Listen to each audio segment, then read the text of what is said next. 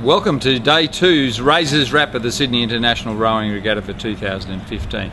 We mentioned yesterday about the great young under-23 rowers that are in Australia at the moment, particularly in the men's category, and some of those boys combined today to win the heats of the double scull. Luke Letcher and Tom Schramko, who I mentioned what large humans they are yesterday, won their heat in convincing fashion, and the other heat winner from the single, Christopher Hayes, combined with big Alex Purnell to win the other heat, so it was a great final in prospect for that.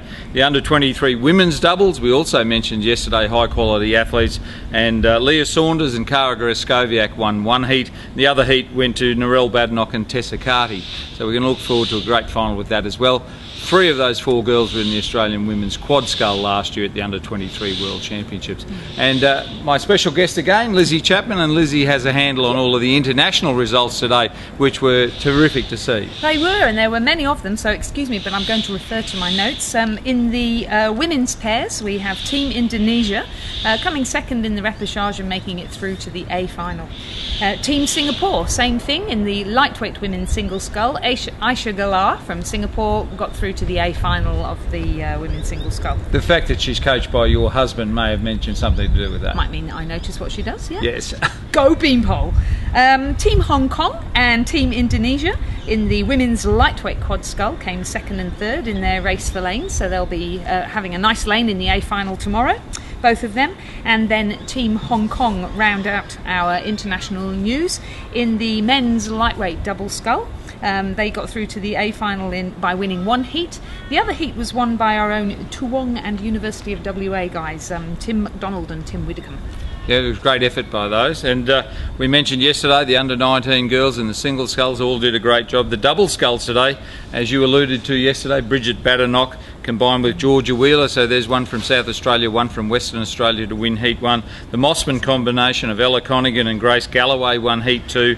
Sydney UTS composite Romola Davenport and Olivia Bartram won Heat 3. And a Queensland New South Wales composite crew, Rafaela Stolf of Mossman, and University of Queensland Boat Club Josephine Thiel won Heat 4.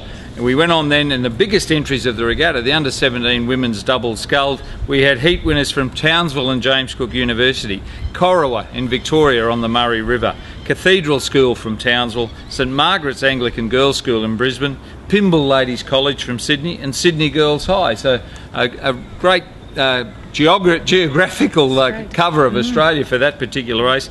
And the under-17 boys double scull wins to Rockhampton Grammar School, North Esk from Devonport in Tasmania, and Coombra Anglican College on the northern end of the Gold Coast. And you have some news on the para rowing for tomorrow? I do. It's very exciting. For the first time we have so many entries in the men's leg, trunk and arm single scull that there will be heats and repechages. So 12 entries, so that's really exciting news there. Also, tomorrow the first medals of the regatta will be presented. They will be presented to the trunk and arm single sculls, that's right, and where we have far fewer entries, I must say, but our World Championship silver medalists Gavin Bellis will be competing in the men's single scull, and Kat Ross, his partner Kat Ross, will be competing in the women's single scull. Yes, they've done a great job. In fact, I don't want to correct you, Lizzie, but they're actually gold medalists. Oh, sorry, yes. In the World Championships, and I'm sure they would have picked up on it even if we didn't. Yes, silver was our leg, trunk and arms double. That's right, and it was the first time we'd contested that, and they did a great job as well. So that's our wrap of Day 2 of the Sydney International Rowing Regatta.